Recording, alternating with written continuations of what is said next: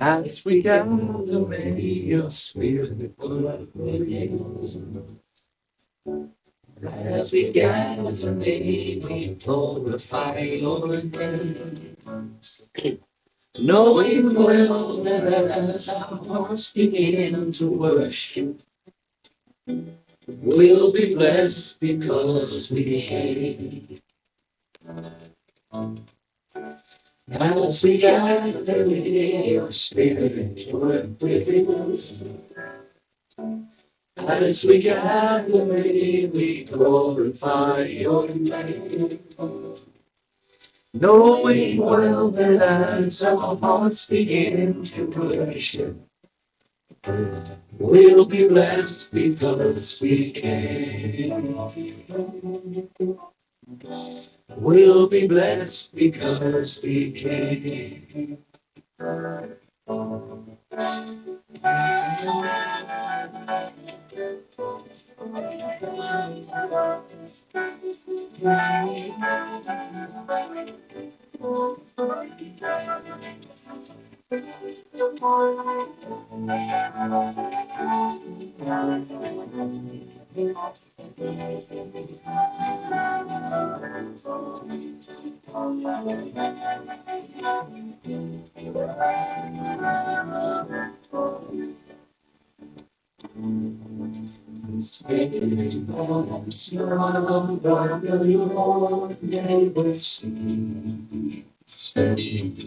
His mercies never come to an end.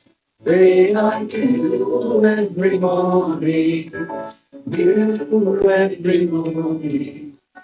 Great is thy faithfulness, O Lord. Great is thy faithfulness, O Lord.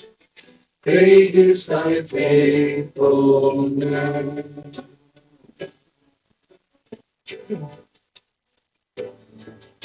Say, the Son of the Lord never ceases. His mercies never come to an end. They are new every morning, new every morning. Great is thy faithfulness, O Lord. Great is thy faithfulness, O Lord. Great is thy faithfulness.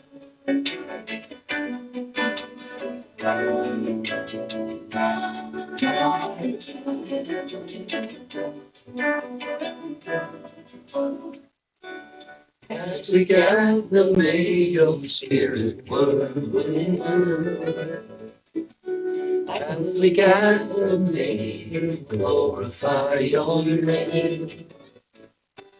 Knowing well that as our hearts begin to worship, we'll be blessed because we came. We'll be blessed because we came. We'll be blessed because we came.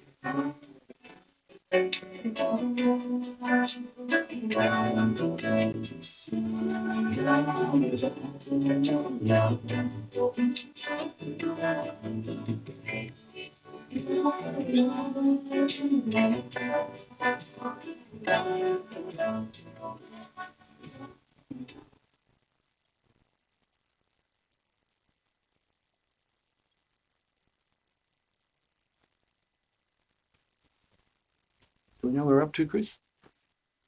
Jane was hoping you were. I have a bookmark in mind. That's fine. Number 15, I think, is everyone's bookmark. 15. We got to the top of the page. Do we remember? Or I think I think it should begin, if you don't mind my saying so. Yeah. At the bottom of page 14. Sounds good. Then it runs. Yeah. Nevertheless, awesome. Yeah. I'll start. I don't mind reading. Starting.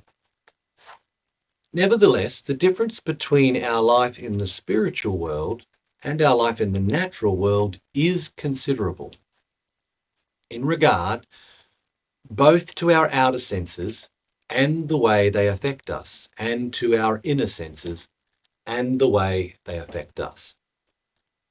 People who are in heaven have far more delicate senses.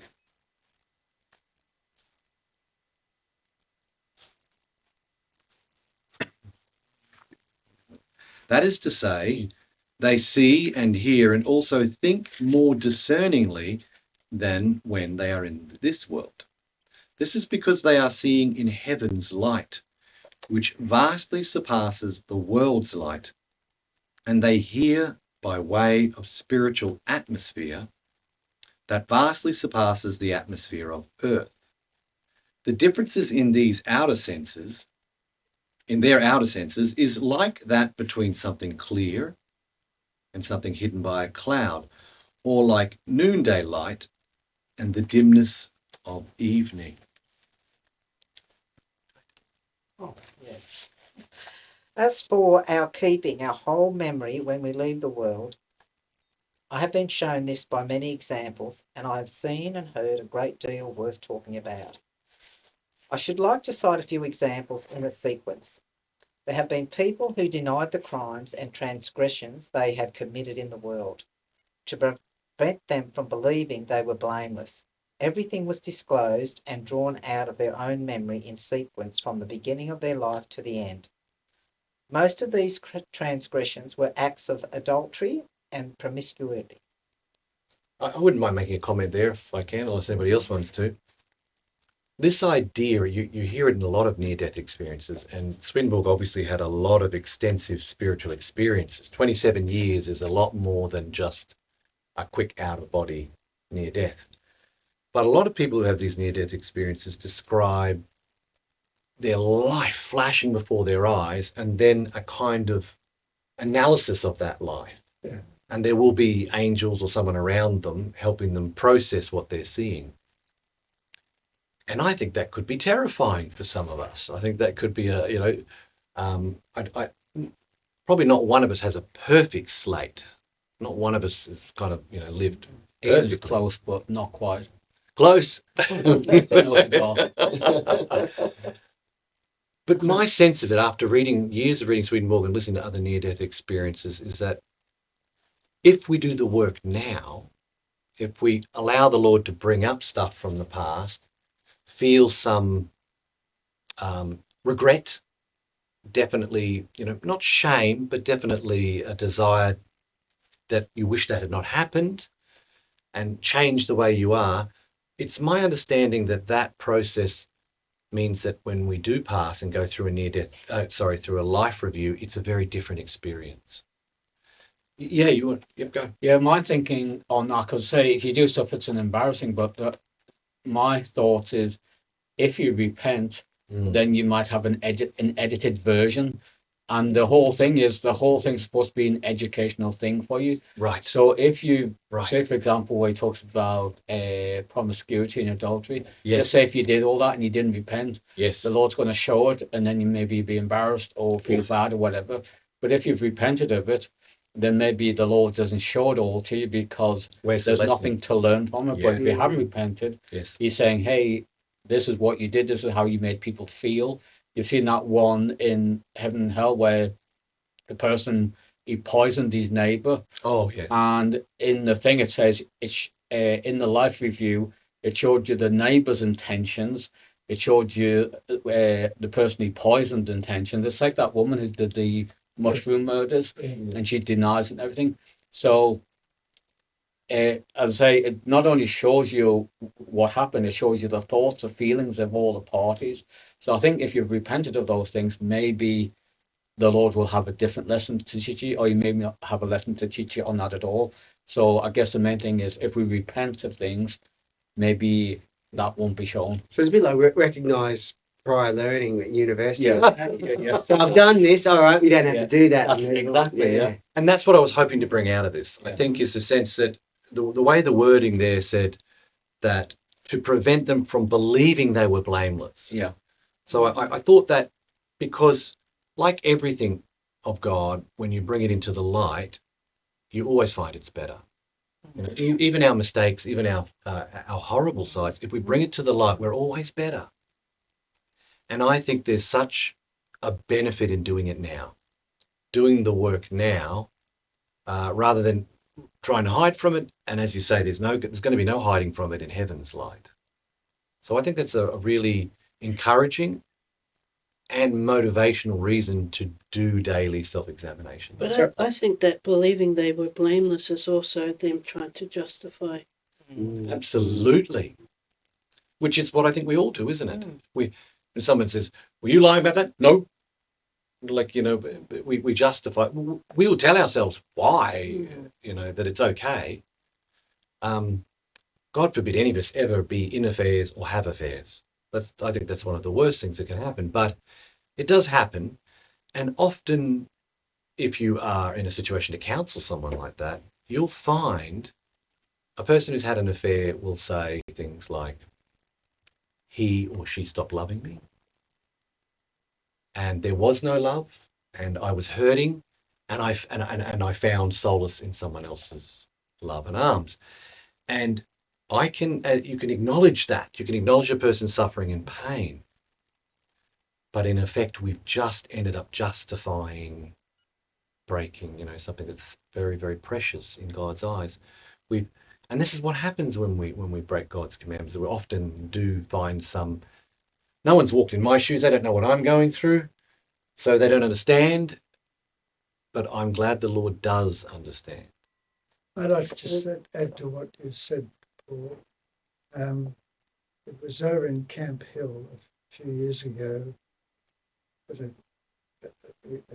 young dad, do you remember this? Oh, yeah, he burnt them to death. And 3 Oh. children in the car, Yeah. and he set it on fire.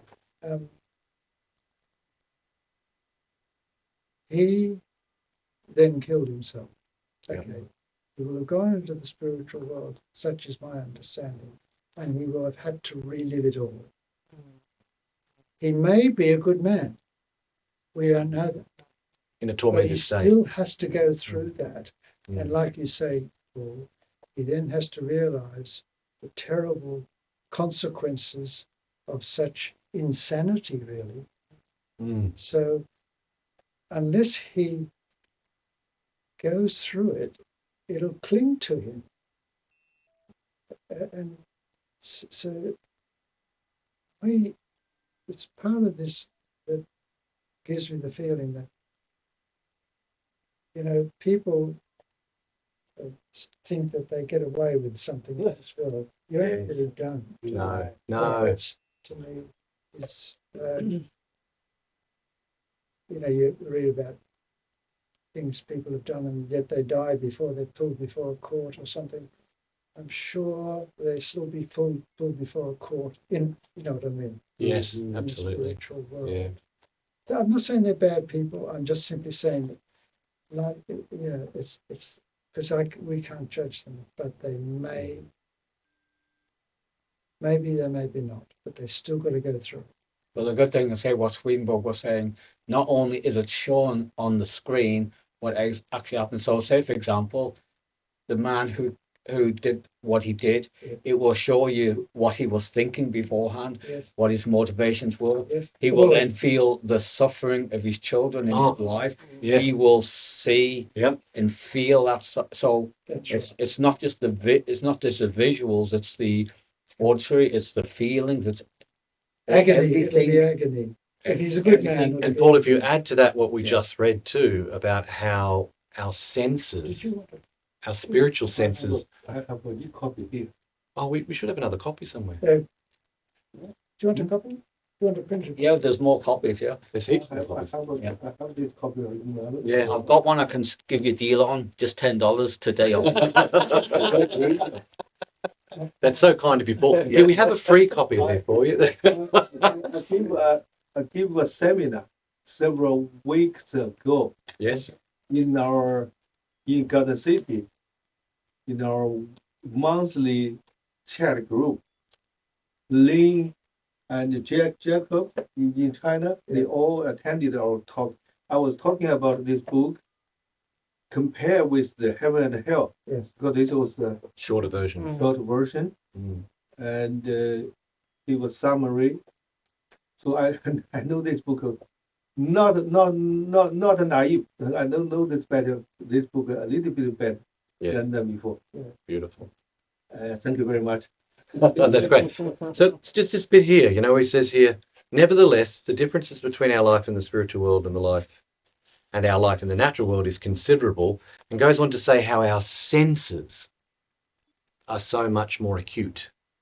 To compare it to noonday light and the dimness of sunset, no candles, no electricity, just, you know, the shadows have gotten really long and it's kind of, you can barely see yourself in front of you. So again, what is the value of doing self-examination now? Absolutely. It's far richer to do it now than go through it with the fully awakened spiritual senses, and you have to feel what every other person felt. I'm sure I'm going to have a few of those lessons. I've got a question. Yeah, but like even here though, doing it here, like Yes. Ian was saying, you know, it's almost like a divine order to say that when people are justifying or minimizing or not wanting to look at those things, Yeah. they are actually just creating internal pain for themselves, but they don't even know that. It's because they won't go there. They won't go there. They block it off. That burning feeling Yes. inside, heaviness. you know? Yes, Heaviness. absolutely. So in a sense, they're already placing themselves in hells in here. And as long as they keep denying it, that feeling is not going to subside or go away. Definitely. If we can grab a hold of that, the realization of how connected we really are. You know, like a brain is made up of millions of neurons. And in some ways, we're all neurons in God. But we're still a part of Him. It's that realization that if I shut up and want to ignore your pain, I'm actually ignoring my pain. If I don't want to help you, then I'm actually not helping myself. And when I abuse you and I never do that, but if I abuse you in some way and don't want to admit it, it's self-abuse. Exactly. So it's like what Jesus says, there's pointing back at you, you know what I mean? Because we'll have a thing of projecting out what hurts us onto someone else. And so that's where that blame can go in. Well, if that person didn't, you know, or if that You always do dog- this to me. You make me feel this way. You know, it's always a You know, projection. and it doesn't have to Sorry. be a Yeah, I was just person. gonna, what's your name?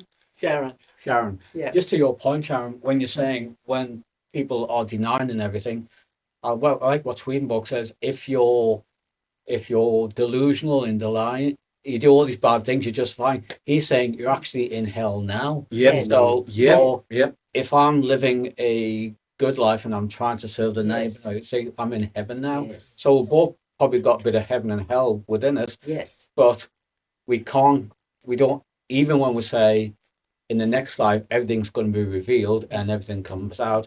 When we talk about self-examination, if we don't do that self-examination, if we do all the justifying, then we've got that hell within us, and that's what you're saying. That's why we're suffering now, That's it. because we've got those What we feelings. don't work on here, we'll have to probably work on over there. I've got a question. And the Gary. buffers are off. The And this buffers is are off what I've over there. wondered about. And when I was at the Mormon church, they actually explained it quite well, but I can't remember how it goes. Like service people, like Army, Navy, Air Force guys. I used to work at a veterans hospital, and I remember one airman, and he would guide, I forget, observer, and they would say, drop the bomb. And he said to me, he was in World War II in Korea, and he said, I envy the soldier because he saw a lot of his victims and he was able to see what he did. He goes, I don't know who I killed. Oh. So I dropped these bombs, I killed, I don't know who, and it haunts me. So how are these people going to go on in the next life? Well, the good thing, Chris, is the fact that what we said before, God is seeing your intentions. Yes. Your intentions aren't evil. your intention in that case is you're serving your country. Yeah, that's If you got joy Yeah, and pleasure from yeah. killing, Oh, that intention would show. Yeah. So it's good that God shows our intentions, not just our actions. But he was envious about seeing the soldiers seeing. He said they could usually see their eyes. And I thought, what would you be envious of? That I was very young. But it dawned on me and I went, you don't know who you killed just dropping bombs. Like, and I can see both sides of this story. I can see that we need the relief of knowing that if we've obeyed our government for whatever reason, that we're being charitable. There's a charity to your nation. It's not right to let somebody come and invade you. But I think it's beautiful that this man is still trying to come to terms with the fact that every life is sacred. Yes. And that he was forced by circumstances to, in a perfect world, we wouldn't be fighting each other at all. So I think that's beautiful too. I think both, one helps us move forward, the other is a necessary step so that we can not go numb to the fact that every life is sacred. thank you. I feel better for that. I won't do. hold you up from going forward. Just a quick, a new church minister called Friedemann Horn, he's pastor of the spiritual world. He did some wonderful work translating the writings into German, and he was based in Geneva, Lausanne or Geneva. Well, I got to know him a little bit better in the 1990s because he used to come to Britain. And he had been drafted into the Nazi army. Wow. And he was commanded, shoot them. Shoot them. Wow. And he froze, but behind him was a machine gun trained on his head. What? He shot them. But he just was in the most terrible turmoil. I mean, 30, 40 years later, he died relatively young when I think about it. But can you imagine that dilemma? And again, it goes back to what you said. What's his motives, mate? What were the motives in that difficult situation? And until you're in it, you wouldn't even know. It would be nice to think that we could all be so spiritual. We go, well, take my life. Well, that's right. Take my life. But I mean, they're going to take his life and take the people. They're just going to shoot him and then start shooting everyone else. Yeah. There's no right answer in that. It's a difficult one, isn't it? No, But motive, right. it's about the motive. The intention. Yeah, the intention. I mean, that man got to go on and serve the new church. He did. What a privilege and a beautiful thing to be able to do. He served it beautifully. Yeah. Thank you. Well, I just feel happy that we can now dig into some of this other stuff. I just wanted to sort of just bring that idea that when we do the work, our crossing over is going to be better. Yes. You want to keep reading, Sharon? I'll make sure we're up to date. They were people who had deceived others with malicious skill and had stolen from them. Their deceptions and thefts were also recounted one after the other, many of them known to practically no one in the world other than themselves.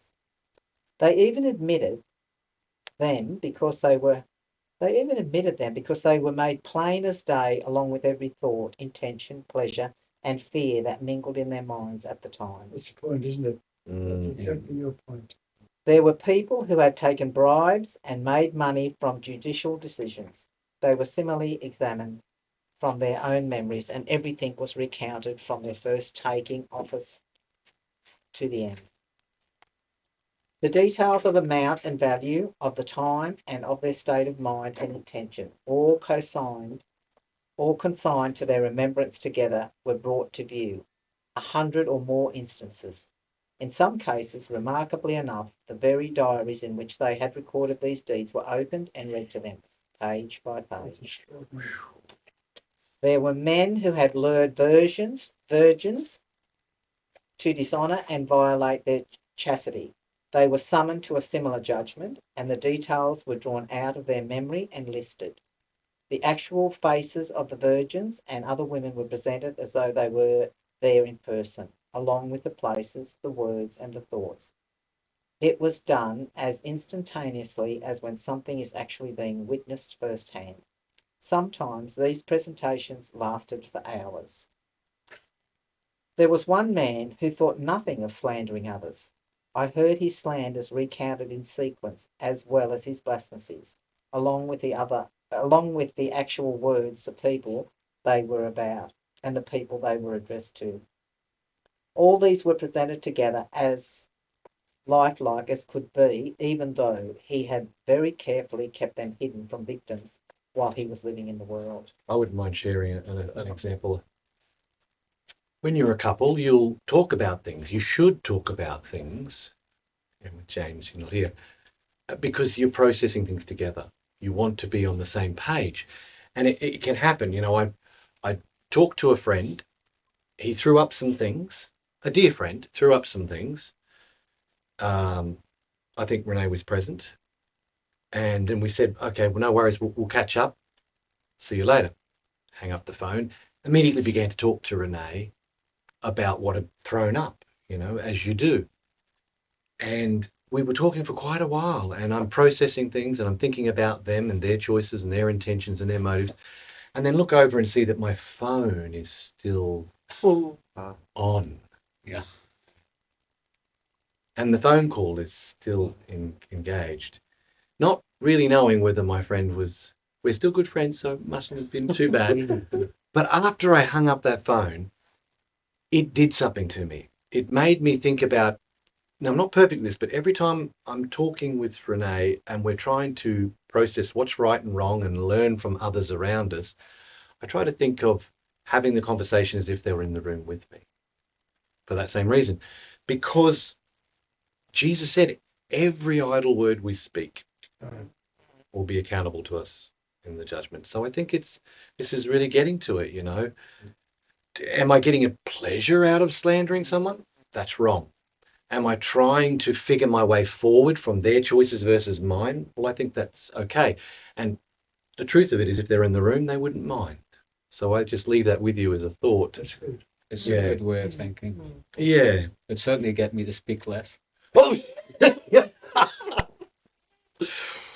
Well, Oh dear. Well, Darren taught me this. We were given 2 ears and 1 mouth. that's true. And it works. That's true. It's beginning to work. Practicing. Because I tell myself, if I don't become a student of my own mouth, and I go around and say, well, I'm sick and tired of this, or well, that makes me angry, or I'm programming myself. You're not just having to be subject to what I'm saying. I'm listening to everything I'm saying. And my subconscious mind is recording everything I'm saying and going, oh, is that what you want? Oh, is that what you want, more of that? You know, so I try to, that's the idea. I try to tell myself I've got 2 ears and 1 mouth. So I'm talking to you, but my brain is listening as well. And I try to make sure that I'm, saying things that I would, they're the good seeds I want to sow into my subconscious, not the bad seeds. Yes. I have this thing where I think don't don't hide something from someone that I don't believe in backstabbing. If I've got something to say, I'm going to say it to that person, Lovely. and not in a critical way. In the Helpful way. I'm not going to lie to them or say I believe in talking to them directly. I don't, because I think backstabbing, and a lot of it unfortunately happens in our church. There's a lot of backstabbing and stuff, and I don't like that. So I would usually tell them, look, if you got something to say about that person needs to hear it from you and not from someone else, because what you're doing is you're just passing on the dirt into someone else's hands, and then they pass it on, then you go everyone with dirty hands. If you've got something to say, it's better you go directly to them and just say, this is how I feel. I don't want to go and backstab you in front of other people. So I'm always very direct, but I will take a step back and be very self-critical. Is it just me thinking this way, or or if I catch myself being critical of somebody, I will pull myself up, because I think it's you don't want to.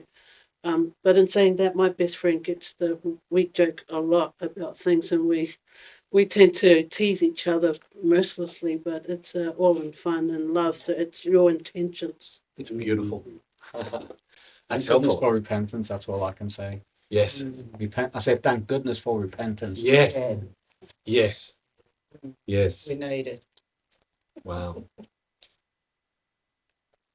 We get to. The bottom paragraph, there was a man who defrauded. Oh, keep going. You're reading. There was a man who had defrauded a relative of his legacy by some devious pretext. He was exposed and judged in the same way.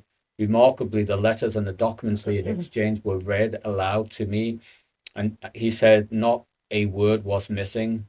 This same man had also secretly killed a neighbor by poison just before his own death, which was disclosed in the following way. A trench seemed to open under his feet, and as it opened, a man came out as though from a tomb and screamed at him, "What have you done to me?" Then everything was disclosed, how the poisoner had talked amicably with him and offered him a drink, what he had thought beforehand, and what had happened afterwards. Once this was uncovered, the murderer was condemned to hell. Yeah. And there it goes. It really does say what you've been saying, Paul. Yeah. And I see that too as it says that the murderer was condemned to hell, and yet the truth of it is we will seek dark places to hide. We just don't want to confront it.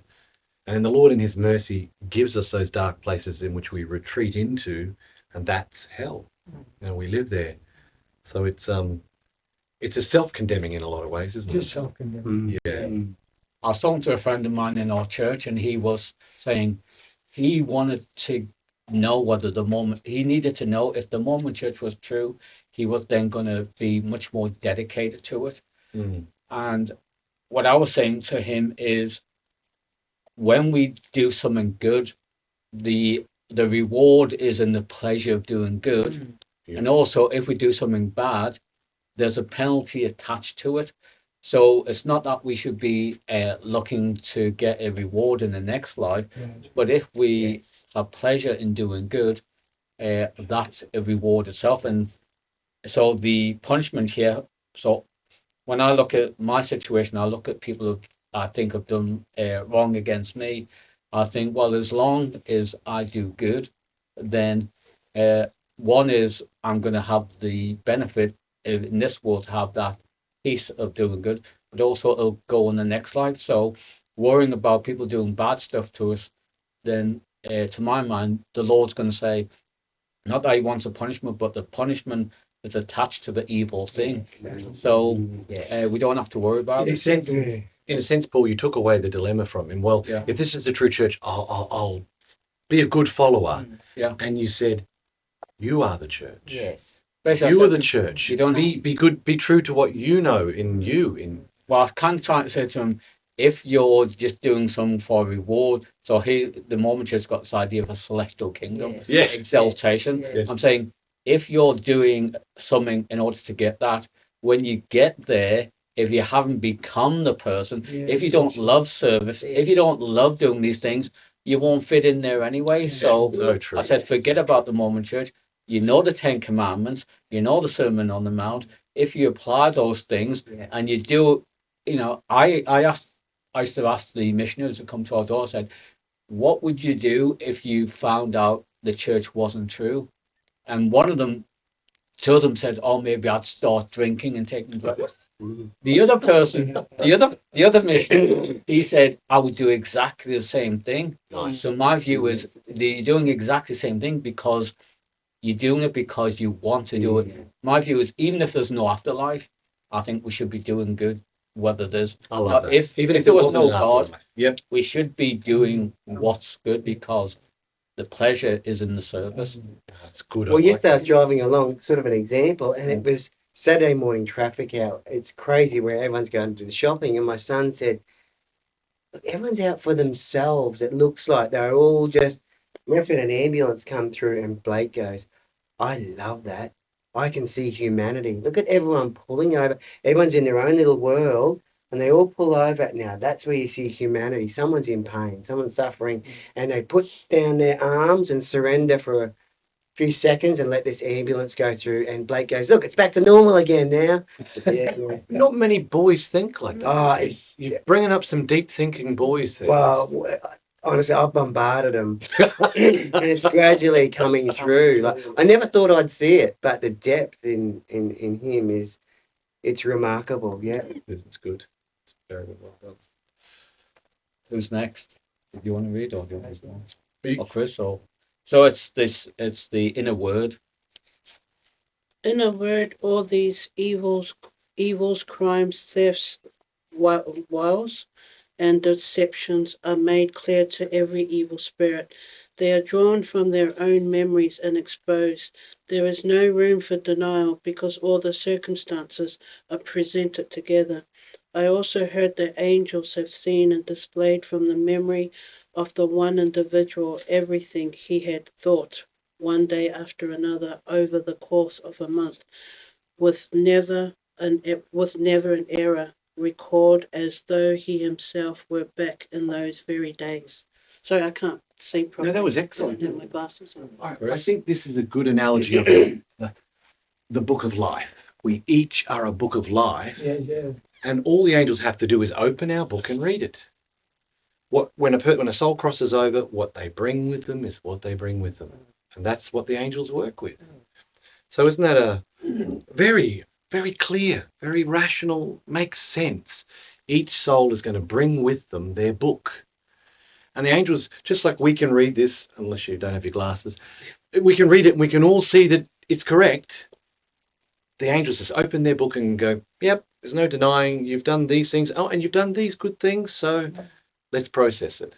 But my book's in my Porsche. Can that come to you? Yeah. But also, you'll get a spiritual version of the Porsche, which will disappear after you finish the book. But what's interesting, Greenbook says it's the angels can look at you.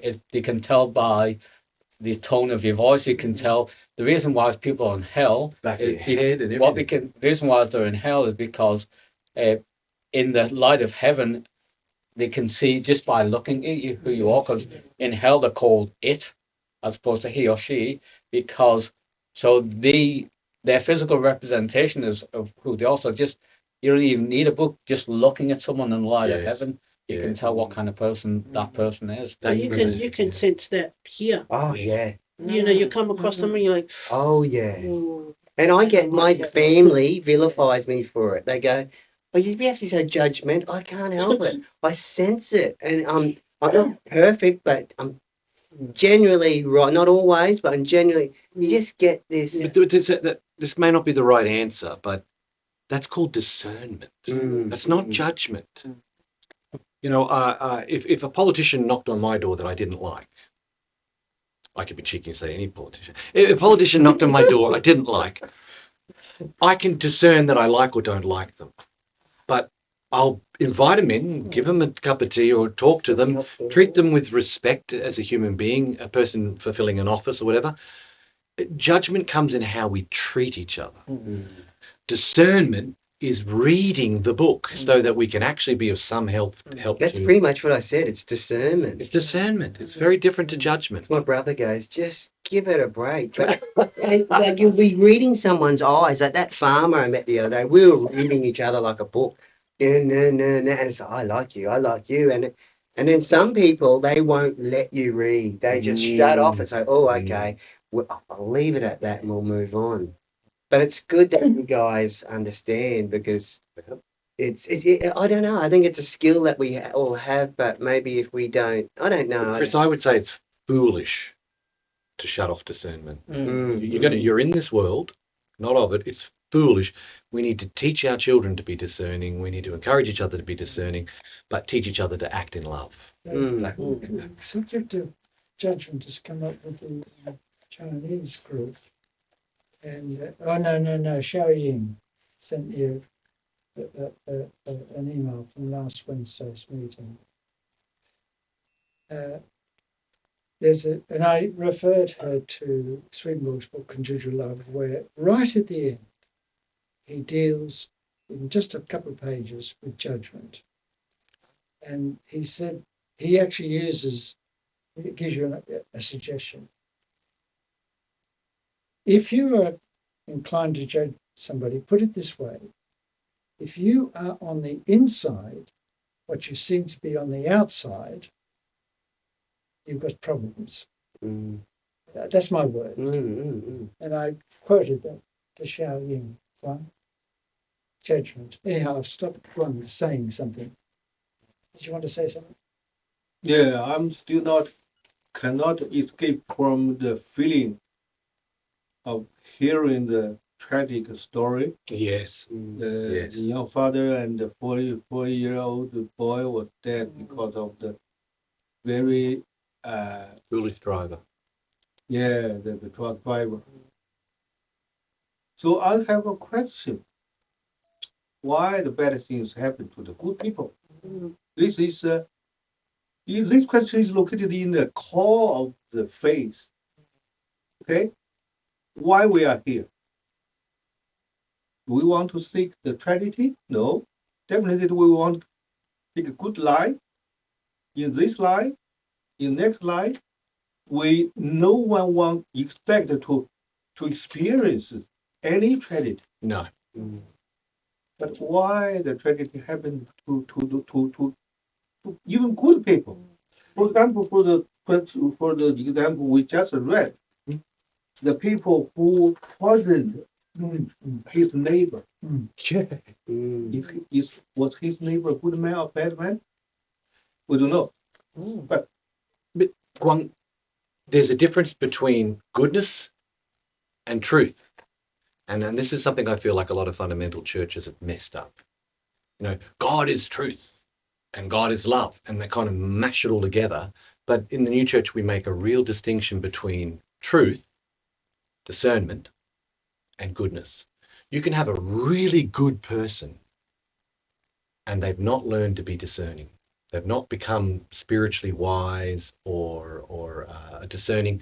Take any child, they've got goodness, but they have no discernment. And so that child needs parents to help them to discern between what is good and bad.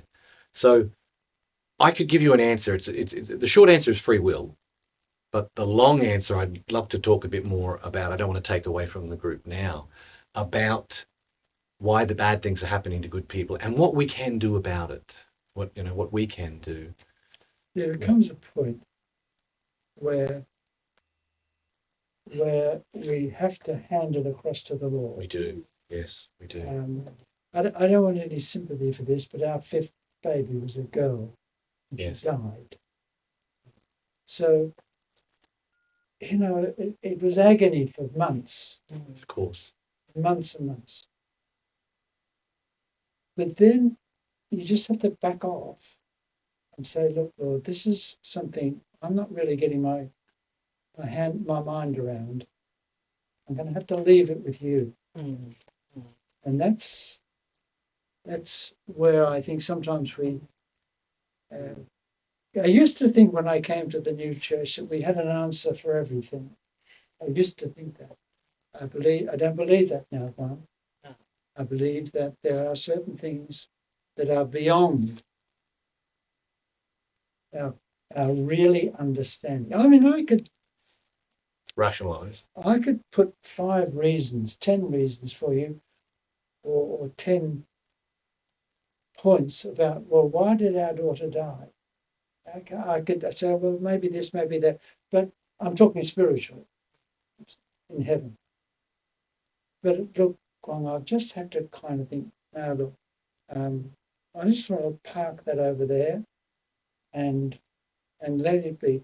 The answers will become more apparent to me when I'm passing for them. Exactly. And I think, and I'll just leave it like that now. yeah. And what? Sorry. A related question is there any regularity regarding the bad things happening in the whole good people? For example, the Buddhist has an explanation. Yeah. You encounter the bad things this life because you did something wrong in life, previous life. Right. No, Although we don't believe this so No. called return in life, but I'm wondering whether there is a regular or there's some rule or some. Yeah, there is a simple answer. We have an enemy. We have an enemy. The human race has an enemy. And every spirit that has devolved and not evolved is an enemy of the human race. So bad things are happening because there are real hells, there are real evil spirits, and the only thing they're good at is to rob, kill, and destroy. That's the Lord's own words, to rob, kill, and destroy. That's the only thing they're good at. And that's the real reason bad things are happening. But we have the angel around us. Can I just mention one other thing? We have angels around it. Yes, yes. And I think, like, Yeah, I'm go, thinking here, like, this world, this is the way I see it, a little bit of what you were saying, Ian, like, there's parts that, to say we've got a God that we don't understand sometimes. We don't understand the grand plan of everything, the grand divine. We can understand perhaps a side of it, but there's always going to be a side that we're never ever going to understand, I don't think. And that's This side of the veil we can't. yes. And I think here on this physical realm, I think, the bad things happen, but that's not the end of the story. No, it's not the end of the story. That's not the so end of the important. story. That End of a chapter, not the Yeah. end of the story. But one thing, Juan, is we know, Jesus said, your very hairs of your head are all numbered, Yes. which is a insight into how detailed divine providence is. So where you take that young dad and his 4-year-old, or other tragedies that take place, Yes. he is there working it so that the very best comes out of it. Nothing wasted. Nothing, thank Yes. you. Yeah, nothing wasted. I mean, we see it from this side. Somebody used the analogy. Was it Chris's poem. Yeah, Chris's poem. About we see just the scattered bits of He's weaving this beautiful quilt. But if you look around, And you turn it over, it's a mess. yeah, Turn it back, it's a message. The analogy about you can be weaving a wonderful picture. Well, if you look at it from the back, it doesn't look that. It's got bits of wool hanging out and all sorts of things. But if you turn it around, you see a beautiful picture. And yes. Yeah, thank you. It's been on my mind a lot. So that's where that's one where I find my peace. I find my peace. Me too. Saying to myself, there's a passage in, I can even tell you the number, it's 5992 in Arcana Celestia, where Swedenborg writes, if we could see a tiniest fraction of what the Lord is doing for us, moment by moment, we would be amazed and offended. So that's I have to rest it there. You're right about angels protecting us, but then sometimes circumstances arise where they don't get a chance to get in properly. Look at this driver; he was drugged up.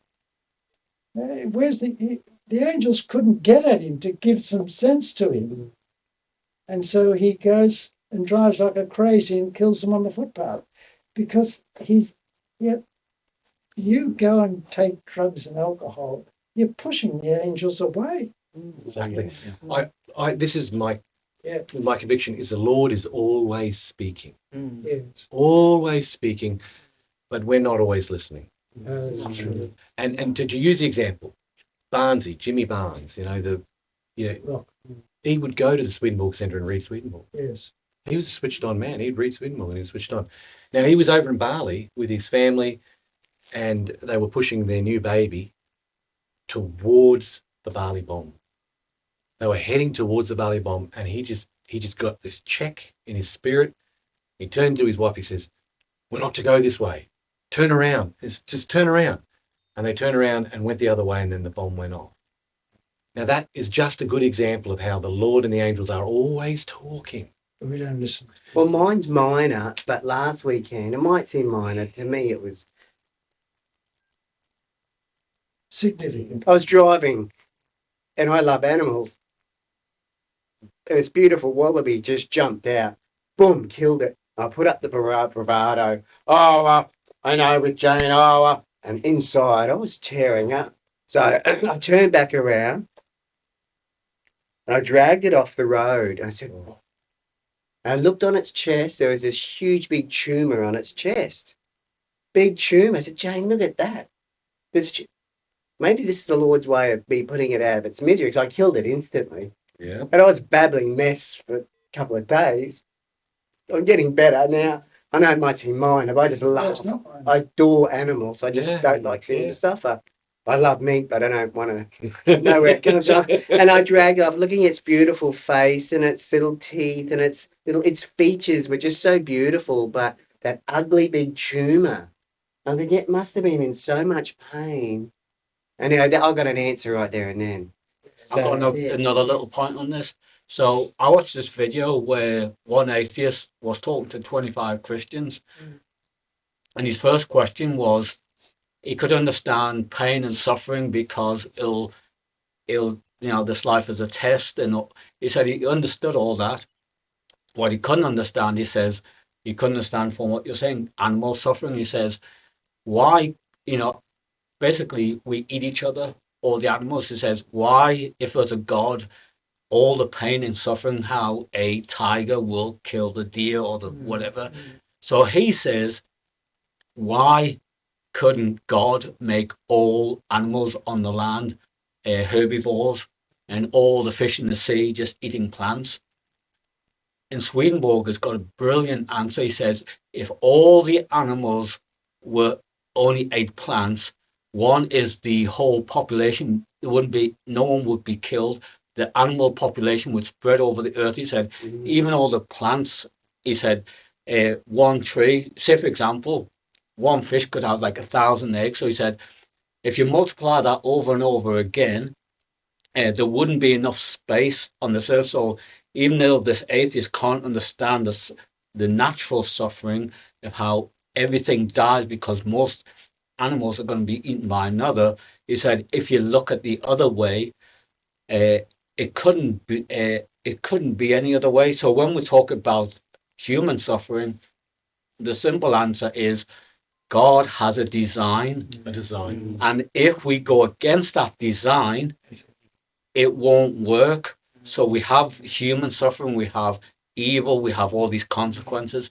But if God could do it another way, he would do it another way. In the same way that if he could make us all herbivores, he would do it. If God could create a miracle, which would mean everyone believes in God, he would do it. But it doesn't work. It can't work.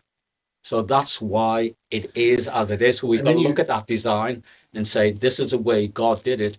Yes, we'd like to do it different, but none of those other ways would ever work. Can I just share something? Yeah. It's a very personal thing, but I think I'm safe to share it here. Yes. Me and my sisters were molested from when we were 4 to when I was about 10 by our uncles. And my sisters, it's done something to them, but for me, I did what I said. I'm putting it before your feet, God. I can't deal with this. Yes. Now, something bad happened to us. We experienced something bad that happened to us, and we were children. We were very innocent children. I didn't see it then. I see it now as an adult. That now my experience that I had then, I'm more sympathetic. I have empathy. I was a social worker.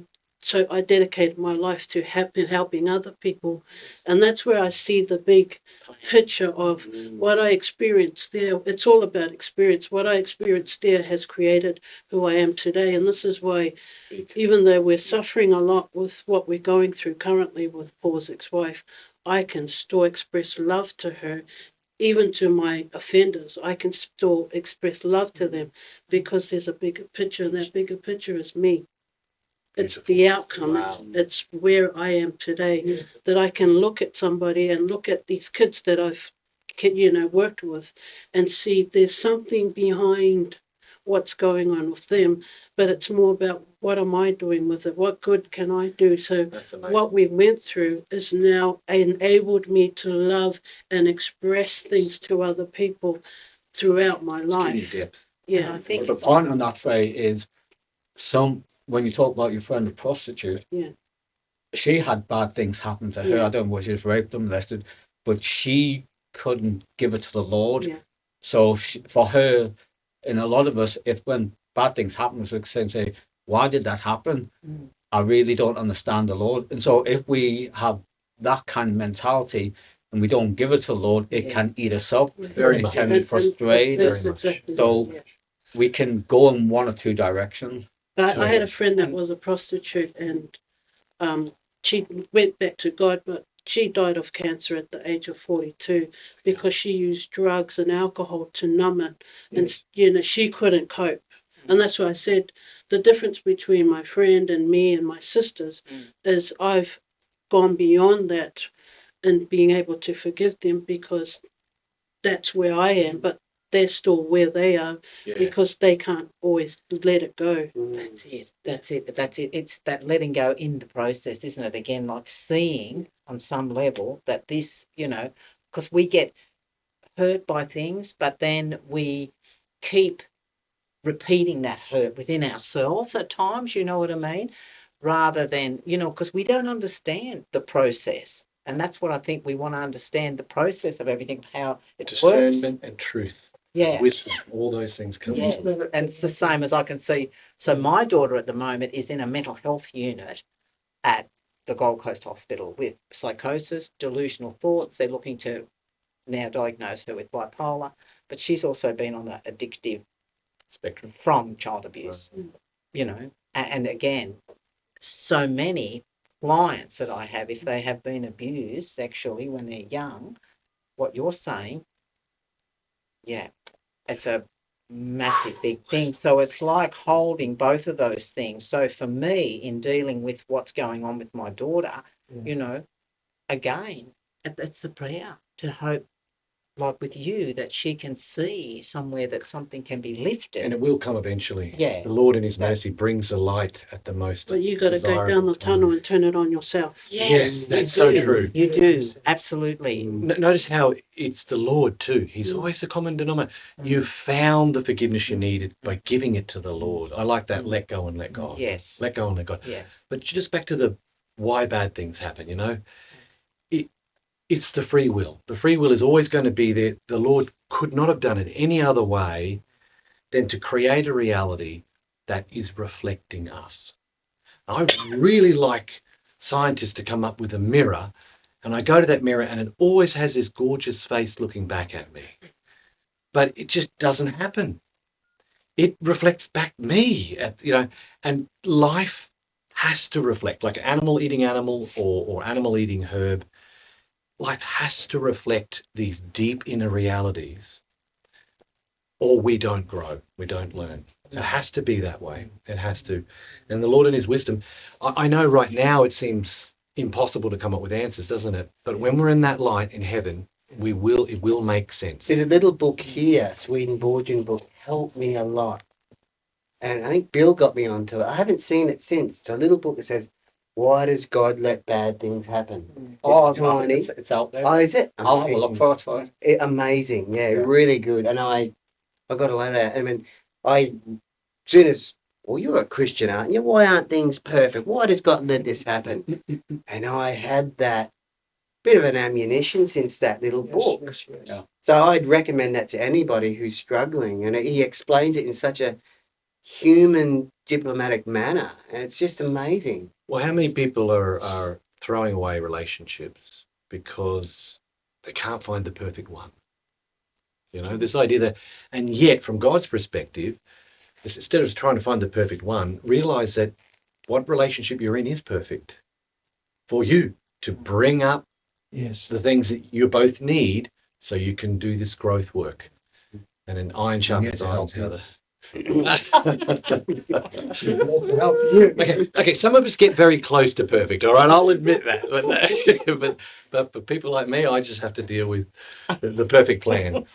So one thing We should finish. I just thought we'd go over. Yeah. Back to your point one, talking about Swedenborg. Place where he says, roughly, I can't give you the exact words. In the tsunami in 2004 in the Indian Ocean, which affected Sri Lanka and, Yes. and Indonesia, there are 200 and something thousand. 300,000 people, I think. Yeah. Okay. Something remarkable happened in Sri Lanka. The elephants, which were tied down by the the sea, towards the sea, broke their chains and went up into the mountains, raced up into the mountains. The tsunami hadn't come. They left beforehand. Now, the point I'm getting at is that they have an inborn awareness of danger. Yes. Yes. And we had it. Yes. But we have allowed this external life to kind of make crust over Mother it. Yeah. Mother it. Yeah. Exactly that. I can't help but think of this. Job 12:7. But now ask the beasts, and they will teach you, and the birds in the air, and they will tell you, or speak to the earth, and it will teach you, and the fish of the sea will explain to you. Who among all these does not know that the hand of the Lord has done this, in whose hand is the life of every living thing and the breath of mankind? Wow. Yeah. That's, That just came to mind as soon as you said that. that's great. Sorry, I when No, it's all good. Job. Should we? Yet another great session. Yes. Very, so very happy and privileged to be able to hang out with such great souls. And there's so many out there we haven't met yet. Let's say the Lord's Prayer. Our Father, who art in the heavens, hallowed be thy name. Thy kingdom come, thy will be done, as in heaven, so upon the earth. Give us this day our daily bread, and forgive us our debts, as we also forgive our debtors. And lead us not into temptation, but deliver us from evils. For thine is the kingdom, and the power, and the glory, forever. Amen. And as we go, Lord, may we remember your goodness, that you're always watching, your angels are always on assignment. May we have ears bent towards you. May we be quiet and hear your guidance. And may we, through prayer, help others find the path of safety that is in you. Amen. Amen. Very good. All spiritual food. Who needs alcohol? This is that Lord's Prayer, right? I'm still staggering. I'll be staggering for the rest of the day. For that prayer. What you said about with the angels, like I tell you, because since I've been sober, what is it? And I said, translate it. 20, almost 30 days. Yeah, well done. I think it's like 20, 30 hours. No, It's the energy, Energy. energy. I've got this energy. It's like Rob Halford, I was telling you. He has this energy. It's like the singer from. And he said the same thing. As soon as he quit, he had this just. I have so much energy and the relationship with my kids. Isn't that good? Isn't that good? Very, very good, very good. Say, hey, there's what it's saying here. It's really saying the same thing. Yeah. And if he says it is, then I can use it with the video. Very good, very good. Thank you. So